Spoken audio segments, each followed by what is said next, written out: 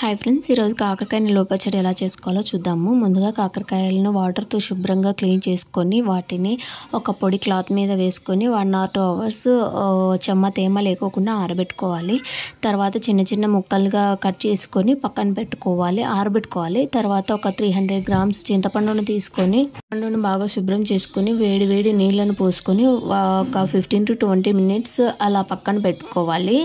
అలా పక్కన పెట్టుకున్నాక ఈ వాటర్తో సహా మిక్సీ జార్లో వేసుకొని మెత్తటి పేస్ట్ ప్యూరీ లాగా తయారయ్యేటట్టు మిక్సీ పట్టుకోవాలి. ఈ చింతపండును మిక్సీని పట్టుకున్న తర్వాత ఒక ప్యాన్ను తీసుకొని ప్యాన్లో మెంతుల్ని ఒక 2 tablespoons మెంతులను తీసుకొని సన్నటి సెగ మీద మాత్రమే బాగా గోల్డెన్ బ్రౌన్ వచ్చేంత వరకు వేయించుకోవాలి. ఆ సన్నటి సెగ మీద మాత్రమే వేయించుకోవాలి. తర్వాత దాంతో ఒక 2 tablespoons ఆవాలను తీసుకొని ఆవాలను కూడా చిటపటలాడేంత వరకు వేయించుకోవాలి. దాంతోనే 2 tablespoons జీలకర్రను కూడా వేసుకొని దాన్ని కూడా మంచిగా వేగేంత వరకు వేయించుకోవాలి. వేయించుకున్న ఈ గింజల్ని మిక్సీ జార్లో వేసుకొని మెత్తటి పౌడర్ లాగా తయారు చేసుకోవాలి. ఇలా మెత్తటి పౌడర్ తయారు చేసుకున్న తర్వాత ఒక మిక్సీ బౌల్లో ఒక గిన్నె నిండుతా కారంను, ఒక 3/4 సాల్ట్ను, ఒక 20 to 25 వెల్లుల్లి రెబ్బలను వేసుకొని ఇలా కచ్చాపచ్చాగా గ్రైండ్ చేసుకొని పక్కన పెట్టుకోవాలి. ఇలా పక్కన బౌల్లో తీసుకొని దాంట్లోనే ఒక 2 tablespoons పసుపు, ఇందాక మనము వేయించుకొని పొడి కొట్టుకున్నాం కదా ఆ పౌడర్ను కూడా వేసుకొని ఇలా మొత్తం కలిసేటట్టు కలుపుకోవాలి. నేను వీడియోలో చూపిస్తున్నట్లు కలుపుకోవాలన్నమాట. మొత్తము పౌడర్ మొత్తము స్మాష్ చేసుకొని కలుపుకొని ఈ మిశ్రమాన్ని పక్కన పెట్టుకోవాలి. ఇలా పక్కన పెట్టుకున్న మిశ్రమంలోకి మనము ముందుగా కాకరకాయలను తీసుకొని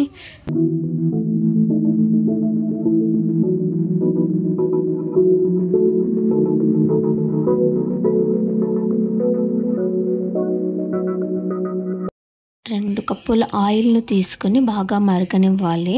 డీప్ ఫ్రై చేసుకోవడానికి వీలయ్యేంత విధంగా మరగనివ్వాలి. అందులోనే కాకరకాయ ముక్కలు చేసుకున్నాం కదా, ఆ కాకరకాయ ముక్కలను వేసి మంచిగా మగ్గనివ్వాలి. ఇవి మాత్రం కరకరలాడేటట్టు మగ్గనివ్వద్దు, లైట్గా మెత్తగా దాంతో వాటర్ లెవెల్ పోయేంత వరకు మగ్గనిస్తే చాలు. ఇలా మగ్గిన కాకరకాయలని ఒక బౌల్లో తీసుకొని పక్కన పెట్టుకోవాలి. అదే ఆయిల్లో జీలకర్ర, ఆవాలు, ఎండుమిర్చి, కరివేపాకు, వెల్లుల్లిపాయలు వేసేసి మంచిగా వేయించుకోవాలి. ఈ వేయించుకున్న ఆయిల్లోని చింతపండు ప్యూరీ తయారు చేసుకొని పెట్టుకున్నాం కదా, ఆ చింతపండు ప్యూరీని వేసుకొని ఆ చింతపండు పచ్చివాసన పోయేంత వరకు బాగా మగ్గనివ్వాలి. ఇలా మగ్గనిచ్చి వాటర్ లెవెల్ అంతా పోయేసి వాటిలో నూనె పైకి తేలేంత అప్పటి వరకు మనము మగ్గనివ్వాలి. దీంతోనే 2 గుప్పెళ్ళు కరివేపాకు వేపించి దీన్ని కూడా వేయించుకోవాలి. ఇలా వేయించుకున్న తర్వాత కొద్దిసేపు ఇవి అంతా మగ్గిన తర్వాత కొద్దిగా పక్కన పెట్టుకోవాలి.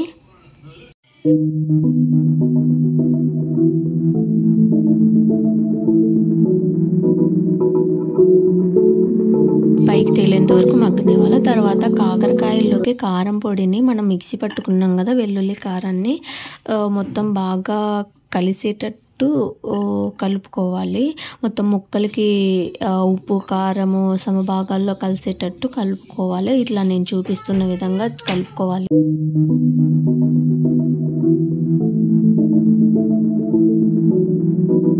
ఇలా కలుపుకున్న మిశ్రమంలోకి ఆయిల్, మనము చింతపండు గ్రేవీ ఉంది కదా, ఆ గ్రేవీని కలుపుకొని అంతా ముక్కలకు పట్టే విధంగా మనము అంత ముక్కలకు కలిసే విధంగా కలుపుకోవాలి.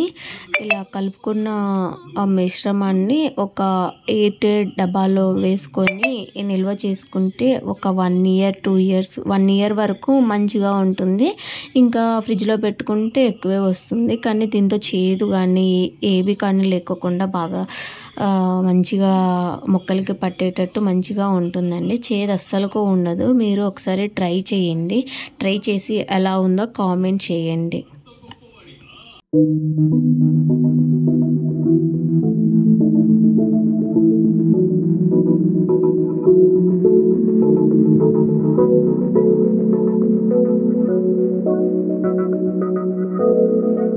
ఈ 2 రోజుల పాటు ఇలా ఊరగాయని 2 రోజుల పాటు పక్కన పెడితే బాగా ఊరుతుందనమాట. దీనిని అన్నంలో కలుపుకొని తింటే ఆహా!